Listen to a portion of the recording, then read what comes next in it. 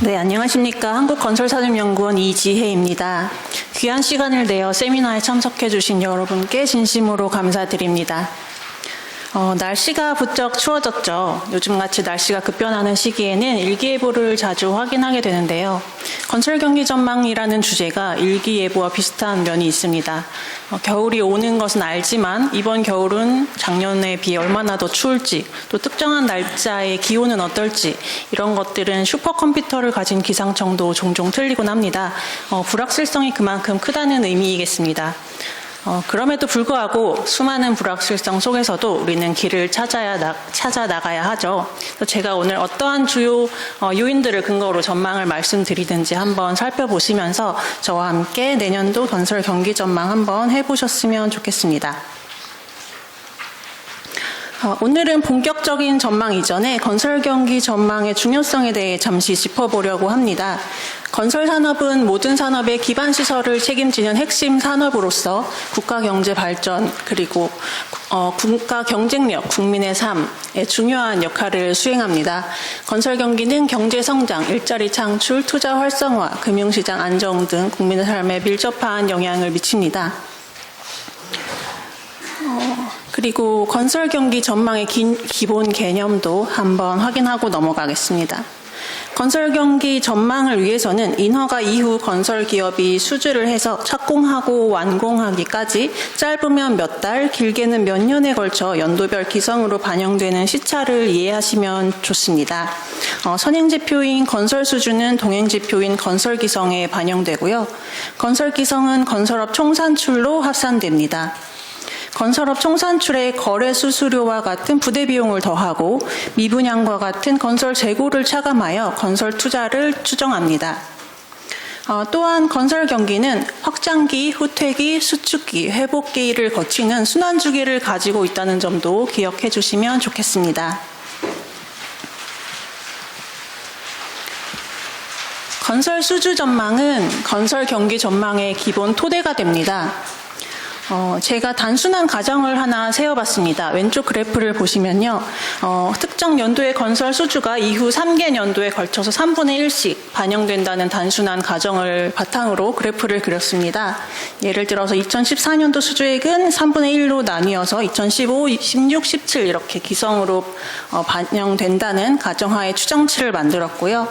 그랬을 때 그렇게 계산한 건설 기성 추정치는 실제 건설 기성과 비슷한 추이를 보이는 것을 확인하실 수 있습니다. 또 오른쪽 그래프를 보시면 건설 기성과 건설 투자의 변화율도 상당히 비슷한 패턴을 보인다는 것을 확인하실 수가 있습니다. 주요 지수 간 관계 살펴봤고요. 다음으로 건설 수주 영향 요인입니다. 건설 수주 영향 요인은 정말 다양합니다. 경제적, 정책적, 사회적, 기술적, 국제적, 환경적 요인이 복합적으로 영향을 미치기 때문에 이러한 요인을 모두 살펴봐야 합니다. 다만 오늘 세미나에서는 주요 변수들만 간추려서 제가 설명을 드리고자 합니다. 그럼 건설 경기 주요 흐름부터 한번 살펴보겠습니다. 선행지표인 건설 수주입니다. 건설 수주 설명드리기 전에 제가 그래프 하단에 작은 글씨로 줄을 달아 놓았는데요. 2020년 이후 수주 숫자가 통계 제공기관인 대한건설협회의 자료 수집 방식 변경에 따라 업데이트가 됐습니다. 그래서 이전 전망 때와 숫자가 달라진 점 참고 부탁드립니다. 붉은색 막대 그래프가 업데이트된 수치입니다. 건설 수주는 2022년 최고 기록을 달성한 이후에 2023년 전년 대비 16.8% 하락했습니다. 올해 8월까지 누적 수주 오른쪽 그래프에서 보실 수 있고요. 122.4조 원으로 전년 동기 대비 1.4% 감소했습니다. 5월까지는 수주가 전년 대비 상당히 밑돌았었습니다. 그런데 6월부터 수주가 많이 증가를 하면서 8월까지의 누적 수주가 전년 대비 비슷한 수준까지 올라왔습니다.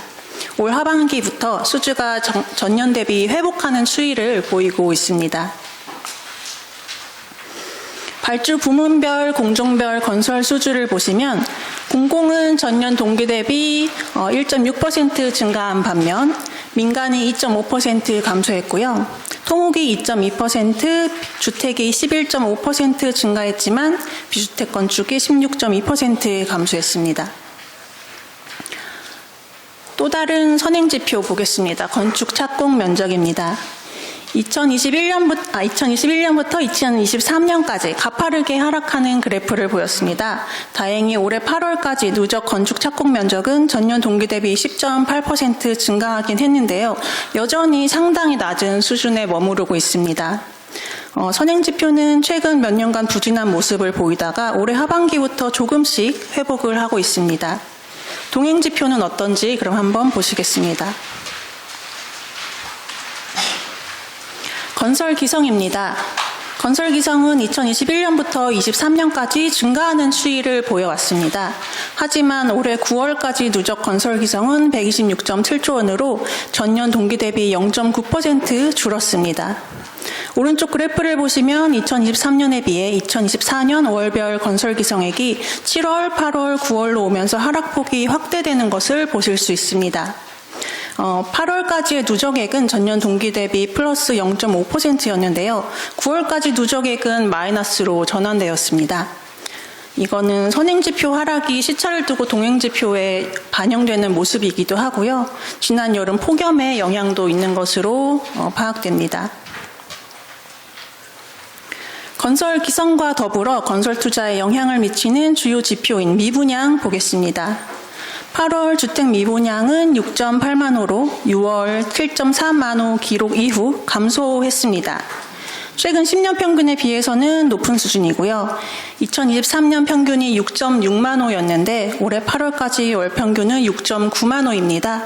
그래서 미분양이 건설 투자에 미치는 마이너스 영향은 작년보다 올해 조금 더 큰 상황입니다. 건설 투자 동행 보겠습니다. 2024년 상반기 건설 투자는 전년 동기 대비 0.4% 증가했었습니다. 1분기가 플러스 1.6%, 2분기가 마이너스 0.5%였습니다. 그리고 10월 24일 속보로 발표된 3분기 건설 투자는 전년 동기 대비 4.9% 감소했습니다. 이렇게 크게 감소를 한 이유는 7, 8, 9월 건설기성의 전년 대비 하락했던 것, 그게 반영이 되었고요. 그리고 작년 3분기 건설 투자 수치를 보시면 지금 4.3%로 상당히 높게 나와 있습니다. 이것에 대한 기저 효과로서 올해 3분기는 더 낮은 숫자가 나온 것으로 파악이 됩니다. 건설투자 증감률은 올해 2분기부터 마이너스로 돌아서면서 부진한 흐름을 보이고 있습니다. 제가 앞서 건설 경기가 순환주기를 가지고 있다고 말씀드렸는데요. 지금의 건설 투자는 그럼 순환주기상에서 어떤 위치에 있는지 분석을 한번 해봤습니다. 2024년 건설 투자는 수년 변동 주기상 후퇴기에 진입한 것으로 보여집니다. 그 맨 오른쪽에 작은 언덕 보이시죠? 작은 언덕이 이제 꺾어지고 있습니다. 그래서 순환 주기만을 고려한다면 2025년 건설 투자는 부진이 예상이 됩니다. 다음으로 건설업 취업자 수입니다. 2024년 9월 건설업 취업자 수는 205.7만 명으로 전년 9월 215.7만 명 제가 조금 진하게 표시했는데요. 대비 4.6% 감소했습니다. 전산업 취업자 수는 전년 동월 대비 14.4만 명 증가했으나 건설업 취업자 수는 10만 명 감소했습니다. 5개월째 감소를 이어가고 있습니다. 건설 기성이 하락하고 취업자 수도 감소하는 것은 그만큼 물량이 부족하다는 얘기고요. 그만큼 건설 경기가 어렵다는 이야기이기도 합니다. 그럼 정말 어려운지 건설업 경영 상황 및 금융 안정 상황 살펴보겠습니다. 한국은행 기업경영 분석에 따르면 2024년 상반기 건설기업 수익성 지표인 매출액 세전순이익률, 매출액 영업이익률, 이자보상 비율 등 이 모두 전년 동기 대비 악화되었습니다. 또한 한국은행 금융안정보고서에 따르면 건설업 고정이하 여신 비율이 타산업 대비 높은 수준이고요. 중소기업 대출 업종별 연체율도 지방은행과 4대 시중은행 모두에서 건설업이 가장 높은 상황입니다. 그럼 이제 전망의 주요 변수를 살펴보겠습니다. 세계 경제입니다. 아시다시피 우리나라 경제는 대외 의존도가 매우 높기 때문에 세계 경제 상황에 영향을 많이 받습니다. IMF 등 주요 국제기구에서는 세계 경제가 저성장을 지속할 전망이라고 발표했습니다. 10월 보고서에 따르면 세계 경제는 stable but underwhelming, 그러니까 안정적이지만 기대 이하의 성장을 지속할 것이다 라고 전망을 했습니다. 세계 각국 정부의 높은 부채로 인해서 이자 부담이 상당한 수준이고요. 그리고 지정학적 위기 심화에 따른 보호 무역주의는 무역의 감소와 물가 상승을 일으키는 등 경제 하방 조정 위험 요인이 확대된 것으로 보고 있습니다. 이러한 위험 요인, 하방 위험 요인 때문에 2025년 세계 경제 성장률 전망은 지난 7월 전망치 3.3%에서 이번 10월 0.1%포인트 하락한 3.2%로 조정되었습니다. 왼쪽 그래프를 보시면 코로나 이전 세계 경제는 3% 후반대의 성장률을 보였었는데요. 코로나 이후 3% 초반대의 저성장을 이어가는 것을 보실 수 있습니다. 국내 경제 상황도 어렵습니다. 2024년 3분기 경제 성장률은 수출 감소 영향으로 전기 대비 0.1% 성장에 그쳤습니다. 이는 예상치였던 0.5%보다 0.4%포인트나 낮은 수치입니다. 소비자 물가 상승률은 유가 하락, 전기요금 동결 등으로 전년 동월 대비 1.6% 상승하면서 2% 밑으로 내려왔습니다. 그리고 어제였죠. 어제 11월 5일에 발표된 10월 물가 상승률은 이보다 더 내려왔습니다. 1.3%까지 내려왔는데요. 소비 둔화에 따라서 물가 상승률도 상당히 밑으로 내려가고 있는 상황입니다. 국내 경제 전망입니다. 국내 경제도 세계 경제와 마찬가지로 저성장이 지속될 것으로 보입니다. 한국은행은 2025년 경제 성장률을 2024년 전망치보다 낮은 2.1% 정도일 것이다 라고 전망을 했습니다. 2024년 경제 성장률은 2.4%로 전망을 했었는데요. 3분기 경제 성장률이 예상을 하회하면서 2.2에서 2.3% 정도로 낮아질 것이다 라는 한국은행 총재의 발언이 있었습니다. 2025년 소비자 물가 상승률은 2024년보다 낮은 2.1% 정도로 전망이 됩니다. 다음으로 금리 보겠습니다. 코로나 이후에 전 세계적으로 고금리 기조가 상당히 오랫동안 유지가 되다가 유럽에 이어서 미국에서도 지난 9월에 빅컷으로 금리 인하가 있었죠. 그리고 한국은행도 10월 11일에 기준금리를 3.25%로 0.25%포인트 인하했습니다. 사실 올해 통화정책이 이제 하락 기조로 전환될 것이라는 기대감이 있었기 때문에 올 초부터 자금 조달 비용 지수인 코픽스가 조금씩 낮아지고 있었습니다. 근데 막상 기준금리가 인하되고 나서는 그 대출 규제 때문에 오히려 끝에 보시면 주황색 선이 살짝 올라가는 것을 보실 수 있죠. 오히려 코픽스가 다시 올라갔습니다. 현재 가계대출과 기업대출이 모두 규제를 받으면서 금리 인하 효과가 잘 나타나지 않고 있습니다. 하지만 2025년 앞으로 2차례 정도 더 금리 인하가 예견되어 있기 때문에 전망이 되고 있기 때문에 하반기로 갈수록 금리 인하로 인한 자금 조달 비용 감소 및 투자 활성화 효과를 기대하고 있습니다. 점진적인 기대, 점진적으로 나타나지 않을까 하고 기대하고 있습니다. 고금리와 함께 높은 공사비도 현재 건설 경기에 악영향을 미친 주요 원인입니다. 공사비는 2021년과 22년에 급격하게 상승을 했습니다. 그리고 올해 들어서는 안정적인 모습을 보이고 있습니다. 인플레이션 둔화와 자재 수요 감소 등으로 인해 철강과 같은 일부 자재는 올해 전년 대비 가격 하락했습니다. 하지만 인건비의 하방 경직성으로 인해서 2025년 건설공사비는 보합세, 강보합세 정도를 유지할 것이다 라고 전망을 합니다. 다음 SOC 예산 보시겠습니다. 2025년 SOC 예산은 25.5조 원으로 전년 대비 3.6% 감소했습니다. 총 지출은 3.2% 증가했고요. 왼쪽 표의 분야별 예산안을 보시면 SOC 예산 제외하고 모두 증가했는데 SOC 예산만 감소를 했습니다. SOC 예산 중에서도 도로와 철도 예산이 각각 9.8%, 13.6% 감소했습니다.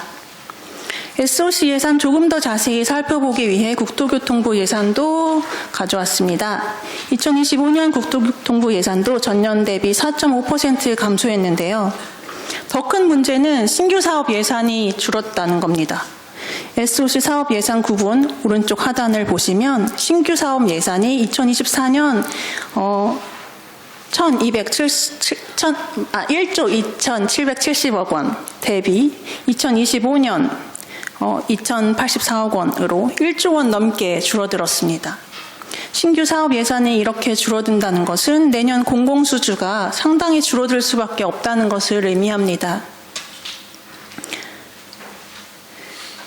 지난번 저희 6월 세미나 이후 새로 발표된 주요 정부 정책 간단히 보시겠습니다.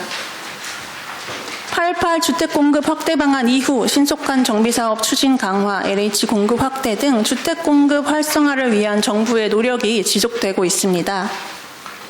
민간 투자 활성화, 리츠 활성화, 건설공사비 안정화 방안 조금 늦었지만 안정화 방안 마련은 건설 경기 회복에 긍정적입니다.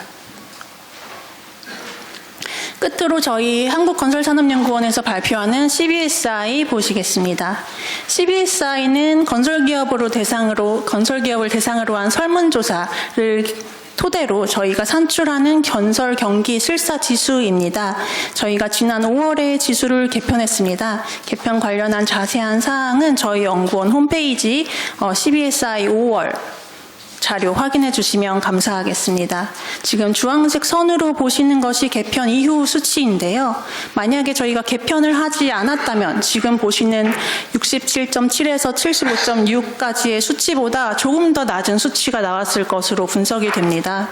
그래서 지금 건설업 체감 경기에 대해서 부정적인 응답 비중이 상당히 높은 상황입니다. 그리고 최근에는 신규 수주가 약간 개선되면서 종합지수도 끝에 보시면 살짝 올라온 상태입니다. 그럼 지금까지의 논의를 바탕으로 2025년 건설시장 전망해 보겠습니다. 결론부터 말씀드리면 2024년 건설 수주 전년과 비슷하거나 살짝 못 미치는 수준일 것으로 예상이 되고요. 2025년 건설 수주는 전년 대비 상승세로 반전할 것으로 전망됩니다. 전체적으로 경제 성장이 둔화되고 정부, 기업, 가계의 투자 여력이 크지 않은 가운데 공사비가 여전히 높은 상황입니다. 다만 점진적 금리 하락 효과가 시장에 나타나면서 긍정적인 영향을 미칠 수 있을 것으로 보이는데요. 민간 투자 활성화 등 정책도 긍정적입니다. 하지만 부동산 PF 부실 여파, 제가 이번 세미나에서는 이거를 주요 변수로 다루지는 않았는데요. PF 부동산 여파가 금융권의 구조적 위험으로 전이되는 것은 이제 그런 위험성은 많이 낮아지긴 했지만 아직도 현재 진행형인 상태입니다. 이런 여파가 남아있고 또 정부의 대출 규제 등으로 인해서 금리 하락 효과가 서서히 반영될 것으로 전망이 됩니다. 부문별로 살펴보시면 토목 공공수주는 SOC 예산 감소 영향으로 줄어들 것으로 예상이 되고요. 공공주택은 정부의 공급 확대 노력으로 인해서 수주 증가세가 이어질 것으로 보입니다. 다만 공공비주택은 긴축재정 기조로 수주가 부진할 것으로 전망됩니다. 민간 토목은 반도체를 비롯한 설비 투자 확대가 지연되면서 소폭 회복할 것으로 보입니다. 민간 주택은 여전히 높은 공사비가 발목을 잡고 있긴 하지만 하반기에 3기 신도시 관련 수주가 발생하고 정비 사업이 활성화되면서 전년 대비 수주가 증가할 것으로 보여집니다. 민간 비주택 상업용 부동산의 경우 금리 하락이 긍정적인 변수이지만 소비 등 내수 부진으로 인해서 회복에 제약이 있겠습니다. 전망 숫자는 현재 시점에서 많은 가정하에 도출된 숫자입니다. 숫자만을 기억하시기보단 오늘 말씀드렸던 내용이 앞으로 어떻게 바뀌는지, 또 그 영향력이 강해지는지 약해지는지, 또 지정학적 위기 심화와 같은 돌발 변수는 발생하지 않는지 앞으로 지속적인 관심 가져주시면 좋겠습니다. 2024년 건설 수주 전년 대비 0.4% 감소한 205.8조 원, 그리고 2025년 건설 수주 전년 대비 2.2% 증가한 210.4조 원 수준으로 전망됩니다. 건설 투자는 올 3분기 실적이 상당히 부진했는데요. 2024년 건설 투자는 전년 대비 1.4% 하락한 301.9조 원으로 예상됩니다. 2023년 건설 수주 급감의 영향이 2025년까지 지속되면서 2025년 건설 투자는 전년 대비 2.1% 하락한 295.3조 원 수준일 것으로 전망됩니다. 끝으로 시사점은 제가 어려운 시기를 헤쳐나가는 창과 방패, 그리고 장군의 이미지로 구분을 해보았습니다. 먼저 건설 경기가 국가 경쟁력과 국민의 삶의 질에 미치는 영향력을 생각했을 때 건설 경기 회복 지원을 위한 정부의 역할이 중요하다는 말씀을 안 드릴 수가 없습니다. 정부에서도 이미 잘 알고 계시기 때문에 2025년에도 투자 회복을 위한 지원 강화 및 관련 규제 합리화가 지속해서 이루어져야 하겠습니다. 그리고 기업은 위험에 방어하는 방패로서 시장 불확실성에 대한 대응력을 갖춰야 하겠습니다. 지정학적 위기 심화, 미국 대선 이후 국제 정세는 또 어떻게 바뀌는지, 우리나라 정부의 대출 정책은 또 어떻게 바뀌는지 이렇게 변화하는 환경에 대한 모니터링 강화하셔야 되겠고요. 또 위험을 분산시킬 수 있는 포트폴리오 다각화, 공급망 다변화, 재무 유동성 확보 등 리스크 관리 체계도 갖춰야 하겠습니다. 그리고 어려운 시기와 맞서는 창으로서 디지털 혁신 및 스마트 건설 도입을 강조해 드립니다. 비용 절감, 생산성 증대, 스마트 산업 경쟁력 확보를 위한 기술 투자가 이루어져야 하겠고요. 스마트 건설 기술 도입을 통한 안전 및 품질 관리 강화도 필요합니다. 2025년 건설 날씨 전망 어떻게 들으셨는지 모르겠는데요.